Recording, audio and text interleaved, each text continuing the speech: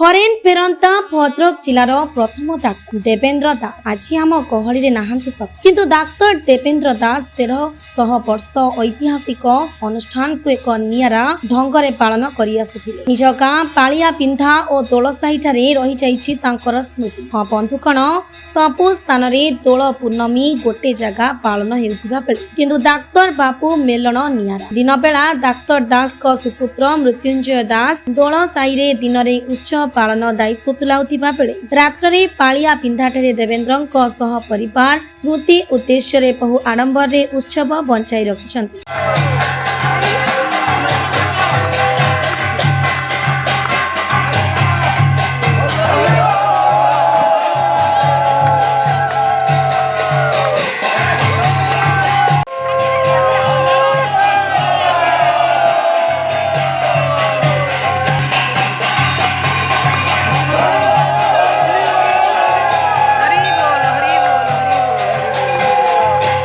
Doctor दास को महानता को आज भी भद्रक माटी छुरुछि। पालियाटारे स्वर्गत दास को नाती राजू नवघन संजुनु बेजुनु बाबुआ सुकुटा और परसु प्रमुख तांको नाती माने एई 150 वर्षर अनुष्ठान को बंचाई रखिबे बोली मत प्रकाश करिसेंति। वरिष्ठ शिक्षाविद राजकिशोर दास कोन कहउछंती आसंतु सुनिबा।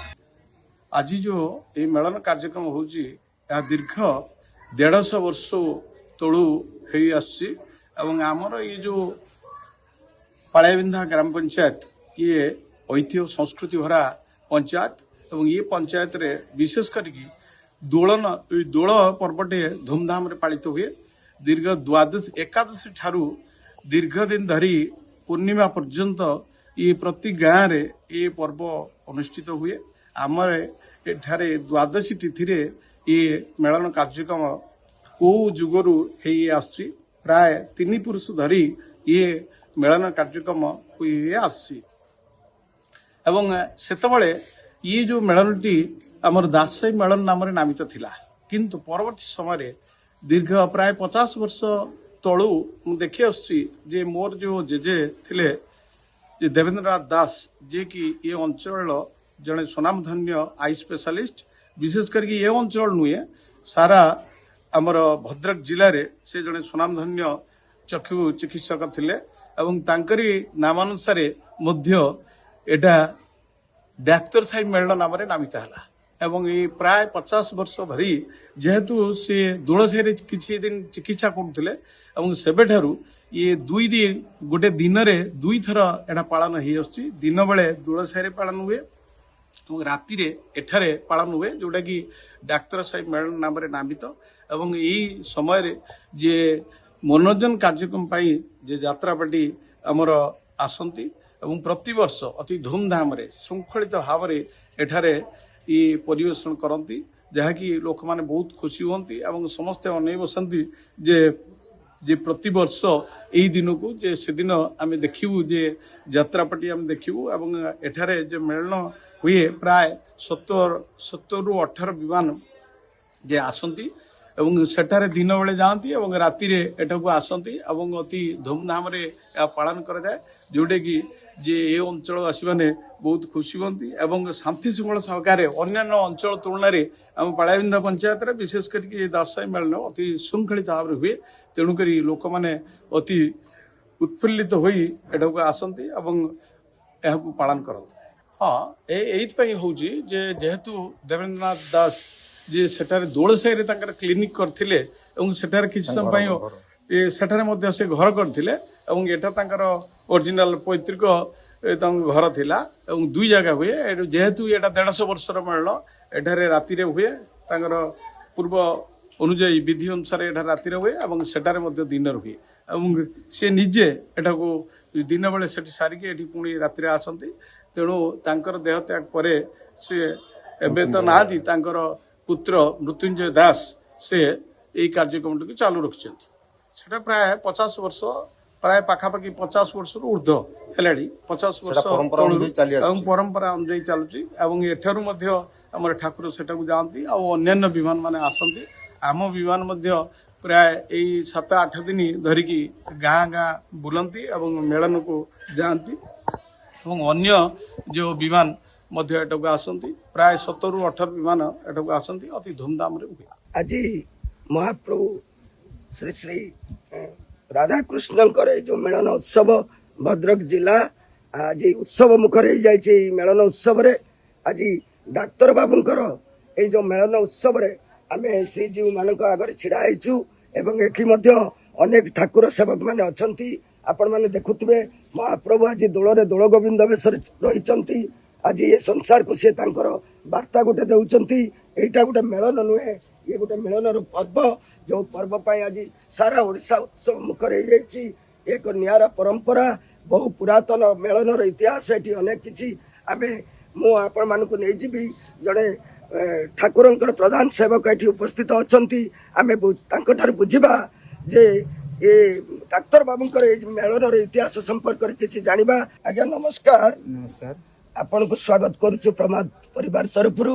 ଆପଣଙ୍କର ଆଜି ଏଇ ଯୋଉ ଡାକ୍ତର ବାବୁଙ୍କର ଏଇ ଯୋଉ ମେଳନ ଉତ୍ସବ ଚାଲିଛି, ଆପଣଙ୍କୁ ଆମେ ଜାଣିବାକୁ ଚାହୁଁଛୁ ଏଇ ଡାକ୍ତର ବାବୁଙ୍କର ଏଇ ମେଳନ ଉତ୍ସବ ବାବଦରେ ଆପଣଙ୍କ ପାଖରେ କଣ ଟିକେ ଅଛି ଅଭିଜ୍ଞତା ଟିକେ ବଖାଣିବେ? କେତେ ଦିନର ସମ୍ପର୍କ ଏଇ ମେଳନ ସହିତ? ଆପଣଙ୍କ ପ୍ରଥମେ ପରିଚୟ ଦେବେ, ଆପଣ କିଏ ଏବଂ କୋଉଠୁ ଆସିଛନ୍ତି? ମୁଁ ଶ୍ରୀ ମହେଶ୍ୱର ସାହୁ, ଶ୍ରୀ ଶ୍ରୀ ଦାମୋଦର ଜୀଉଙ୍କର ସେବକ। ମୁଁ ଏ ମେଳନ ସହିତ ଦୀର୍ଘ 30 ବର୍ଷରୁ ଉର୍ଦ୍ଧ୍ୱ ଧରି ସମ୍ପୃକ୍ତ। ତା ପୂର୍ବରୁ ବାପାଙ୍କ ସମୟରେ ବି ବାପା ବି ସମ୍ପୃକ୍ତ ଥିଲେ। ବାପାଙ୍କର ଇଏ ଧାମ ପରେ ମୁଁ ଏ ମେଳନ ସହିତ ସିଧାସଳଖ ସମ୍ପୃକ୍ତ ଅଛି। ପ୍ରଥମେ ଯେତେବେଳେ ଆମର ଡାକ୍ତର ବାବୁଙ୍କର ଠାକୁର ହେଉଛି ଆମର ଭାଇ ଠାକୁର ବାଡ଼ି, ତେଣୁ ଏକର ବି ଡାକ୍ତର ବାବୁଙ୍କର ମେଳନ ବି ହେଉଥିଲା ପାଳିଆ ବିନ୍ଧାରେ ଦ୍ୱାଦଶୀ ରାତିରେ। ସେଠି ବି ବହୁ ବିମାନ ଠାକୁର ବାଡ଼ିଙ୍କର ସମାଗମ ହୁଏ। ପରବର୍ତ୍ତୀ ସମୟରେ ଦୋଳ ସାହି ଠାରେ ତାଙ୍କର ଅନ୍ୟ ଏକ ମେଳନ ଆରମ୍ଭ କଲେ, ଯେଉଁଥିରେ କି ଆମେ ଏବେ ବି ସେଠିକି ଆମେ ସମସ୍ତେ ସିଧାସଳଖ ସମ୍ପୃକ୍ତ ଅଛୁ। ଯେତେବେଳେ ମେଳନ ଆରମ୍ଭ ହୁଏ ସେତେବେଳେ 15ରୁ 20 ଉର୍ଦ୍ଧ୍ୱ ଠାକୁର ବାଡ଼ିର ଠାକୁର ଏଠି ସମାଗମ ହେଉଥିଲା। କିନ୍ତୁ ବିଭିନ୍ନର ମେଳନର ବୃଦ୍ଧି ଯୋଗୁଁ ବର୍ତ୍ତମାନ ସେଟା ସଂଖ୍ୟା କମି କମି ଆସିକି 12-14ରେ ରହିଛି, ଲୋକ ଆମର ଆଖପାଖର ଠାକୁର ବାଡ଼ିଆଙ୍କୁ ନେଇ। ଏ ମେଳନର ଐତିହ୍ୟ ହେଉଛି ଯିଏକି ଡାକ୍ତର ବାବୁ ସ୍ୱର୍ଗତ ଦେବେନ୍ଦ୍ରନାଥ ଦାସ ଏ ଡାକ୍ତର ମେଳନ ଆରମ୍ଭ କରିଥିଲେ। ସେ ଠାକୁର ବାଡ଼ିଆଙ୍କ ଜଣେ ଠାକୁରଙ୍କର ସେବକ ଥିଲେ। ଆଉ ଏଇ ମେଳନରେ ଆମେ ଆସିକି ପହଞ୍ଚିଲା ପରେ ତାଙ୍କର ଆତିଥେୟତା, ଠାକୁରଙ୍କ ପୂଜା ବିଧି ବାବଦରେ ସବୁ ଠାକୁର ବାଡ଼ିଆ ମାନେ ସନ୍ତୁଷ୍ଟ ଅଛନ୍ତି ଏବଂ ସେମାନଙ୍କୁ ଯେତେ ଠାକୁର ବାଡ଼ିଆ ଆସନ୍ତି ସମସ୍ତଙ୍କ ମଧ୍ୟରେ ତାଙ୍କର ପ୍ରସାଦ ସେବନର ବ୍ୟବସ୍ଥା କରିଥାନ୍ତି। ବର୍ତ୍ତମାନ ସୁଦ୍ଧା ଏ ମେଳନ ବର୍ତ୍ତମାନ ଭଲ ଆଗକୁ ଠାକୁରଙ୍କୁ ଡାକୁଛି ଯେ ଆଗକୁ ଏ ମେଳନର ଚାଲି ରହୁ ଏବଂ ଏବେ ବି ତାଙ୍କର ଯିଏ ଅଛନ୍ତି ଏବେ ବଂଶଧର ମୃତ୍ୟୁଞ୍ଜୟ ଦାସ, ଯିଏକି ଆମର ଟିପୁ ସାର୍ ନାମରେ ପରିଚିତ, ସେ ବି ମେଳନକୁ ବହୁ ଉନ୍ନତିର ପଥକୁ ଅଗ୍ରସର କରାଉଛନ୍ତି। ବ୍ୟକ୍ତି ନେଲ କରନ୍ତି ବାବୁ, ଆଜ୍ଞା ତାହା ବହୁତ ଉତ୍ତମ ପରିମାଣ ନାହିଁ। ଆମ ପିଲା ଠାରୁ ବଢ଼ିଛି ବୁଢ଼ା ହେଲା ପର୍ଯ୍ୟନ୍ତ ସେ ବହୁତ ବଢ଼େଇଛନ୍ତି। ଆଚ୍ଛା, ମେଳନଟି ତ ଆମର 20 ବର୍ଷ ହେଲା ଆରମ୍ଭ ହେଇଥିଲା। ସେତେବେଳେ ରତ୍ନାକର ସାହୁ ମହୋଦୟ, କଞ୍ଚନ ସାହୁ ମହୋଦୟ ଆଉ ଆପଣ ମାନେ ସବୁ ଆରମ୍ଭ କରିଥିଲେ ଏଠାରୁ। ଆଚ୍ଛା, ବିମାନର ସଂଖ୍ୟା ଏବେ ବଢିଛି ନା କମିଛି? ନା, ଯେତିକି ବିମାନ ସେତିକି। ଓହୋ, ତାମାନେ ତାଙ୍କ ବିମାନ ନେଇକି ଯେତିକି ଦେଶୀ ନେଲ କରିନାହାନ୍ତି। ଆଜ୍ଞା ଦେଶୀ କହିଲେ ଆମ ଦରକାର ନାହିଁ। କେବଳ ସାହୁର ରତ୍ନାକର ସାହୁ, ପାଢ଼ୀ ବିଷ୍ଣୁମଣି ପାଢ଼ୀ ଆଉ ମିଶ୍ର ଏମିତି ନେଇ ଆମର ଭିତରେ ରଖିଲା। ଆଜ୍ଞା ଦେଶୀ ବାବୁ ଡାକ୍ତର ବାବୁ ବଢେଇବେ ନାହିଁ। ତାମାନେ ଆପଣ ମାନେ ଭାଇ ଠାକୁର ବାଡ଼ିଆ? ଦସ୍ତଖତ କରୁଛି। ଆଜ୍ଞା ଆଜ୍ଞା ଦସ୍ତଖତ କର, ତାର ଗୋଟେ ରେଜୁଲେସନ ବି ହେଇଛି। ଆଜ୍ଞା ଲେଖାବେଳେ ତାଙ୍କ ବାହାରିବନି, ତାଙ୍କ ଯିବନି ଯିବି ନିଶ୍ଚୟ ଯଦି କାଢିବେ ଆଗରୁ ବାହାରିବ। 20 ବର୍ଷ କଥା ସବୁ ଲେଖା ହେଇଯିବ, କେତେ ବର୍ଷକୁ ଆରମ୍ଭ ହେଇଛି ହିସାବ ରହିଛି। ବି ତାମାନେ ପୁଣି ଧର ଆସ୍ତେ ଆସ୍ତେ ବଢେଇଲେ। ଆପଣ କହିବା କଥା ଯେ ଯେହେତୁ ସିଏ ମଧ୍ୟ ଜଣେ ଠାକୁର ବାଡ଼ିଆ ବା ଅଂଶୀଦାର, ଯେ ଆପଣ ମାନେ ମିଶିକିନି ତାପରେ ରାତିରୁ କହିଲେ ଦୋଳିଆ ଆସିବା ତ ଶାନ୍ତି ହଉଛନ୍ତି କିଛି ନା ଯାଉଛି ପ୍ରତି ବର୍ଷ ବି ଦେବ ନା ମାନେ ବିଦ୍ୟାର୍ଥୀ। ଆଜ୍ଞା ଆଜ୍ଞା ତାପରେ ତାଙ୍କ ପୁଅ ଟିକୁ ବାବୁ ଦେଲେ, ତାପରେ ବିଶେଷ ବଢେଇ ଦେଇଛନ୍ତି ସେମାନେ। ଓହୋ, ସେ ଆଗକୁ ଆହୁରି ବଢେଇଛନ୍ତି। ଏଇ ଇଏ ବଢେଇଛନ୍ତି ଆଗାମୀ 5 ବର୍ଷ 6 ବର୍ଷ ଭିତରେ ବଢେଇଛନ୍ତି। ହଉ, ଆପଣ ଖାଲି କହିଲେ ଏବେ 75 ବର୍ଷରେ ଆପଣ ପହଞ୍ଚିଲେଣି ଏବଂ ଆପଣଙ୍କ ଶରୀର ମଧ୍ୟ ଅସୁସ୍ଥ ଅଛି ତଥାପି ଏଇ ଯୋଉ ମହାପ୍ରଭୁଙ୍କର ଏଇ କାମରେ ଆପଣ ଯୋଉ ଆସୁଛନ୍ତି ହଁ। ଏବଂ ତାଙ୍କ ମେଳନରେ ପହଞ୍ଚନ୍ତି ଆପଣଙ୍କୁ କେମିତି କଣ ଲାଗୁଛି? ମୁଁ ସେଇ ରତ୍ନାକର ପାଣି ଆଜ୍ଞା ଆସେ ମୋର ପିଲା ଛୁଆ ବେଳେ ଏବେ ଆଜ୍ଞା ଆସୁଛନ୍ତି ମେଳନଟି ଭଲ ଶୁକ୍ରବାର ହଉଛି। ମୋତେ ବହୁତ ଭଲ ଲାଗିଲା। ମୁଁ ମୃତ୍ୟୁଞ୍ଜୟ ନାରାୟଣ ଦାସଙ୍କ ଝିଅ। ମୋ ବାପା ଏଇଟା କରୁଛନ୍ତି। ଆଗରୁ ମୋ ଦେବେନ୍ଦ୍ରନାଥ ଦାସ ମୋ ଜେଜେବାପା ଏଇ କାମ କରୁଥିଲେ। ତାପରେ ଦୀର୍ଘ 30-35 ବର୍ଷ ହେଲା ମୋ ବାପା ଏଇ କାମ ଦେଖୁଛନ୍ତି ଆଉ ବହୁତ ସୁରୁଖୁରୁରେ ପାଳନ ବି ହେଉଛି। ଆଉ ଆମେ ଏଇଟା ବି ପରେ ପରେ ଆମେ ମାନେ ବି ଏସବୁ ଜିନିଷ ଆଗକୁ ଏମିତି ରଖିବୁ। ଭଦ୍ରକରୁ ବ୍ୟୁରୋ ଚିଫ୍ ଦେବୀପ୍ରସାଦ ଓଝାଙ୍କ ରିପୋର୍ଟ ପ୍ରମାଦ ନ୍ୟୁଜ୍। ପ୍ରମାଦ।